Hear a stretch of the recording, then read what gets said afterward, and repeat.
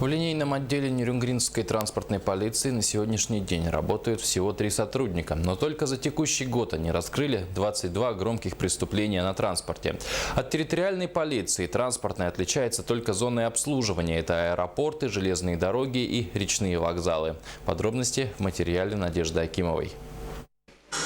Отдел уголовного розыска транспортной полиции немногочисленный, но несмотря на это, раскрываемость преступлений по показателям очень высокая. Последнее громкое дело было раскрыто в сентябре текущего года. Транспортникам удалось пресечь крупный наркотрафик. Гражданин из города Иркутска доставлял при помощи железнодорожного транспорта и такси в столицу Якутии наркотические вещества в виде таблеток. В результате, арестованы 9 человек.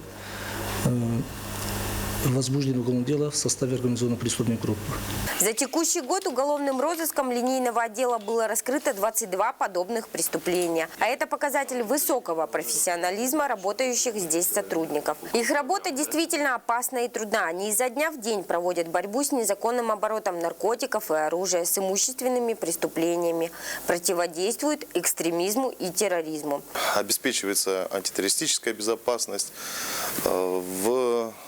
во взаимодействии с сотрудниками, с работниками вокзала постоянно проводится профилактическая работа с пассажирами, находящимися на вокзальном комплексе. Профессиональный праздник «Заслуги перед Отечеством» были отмечены и высшим руководством.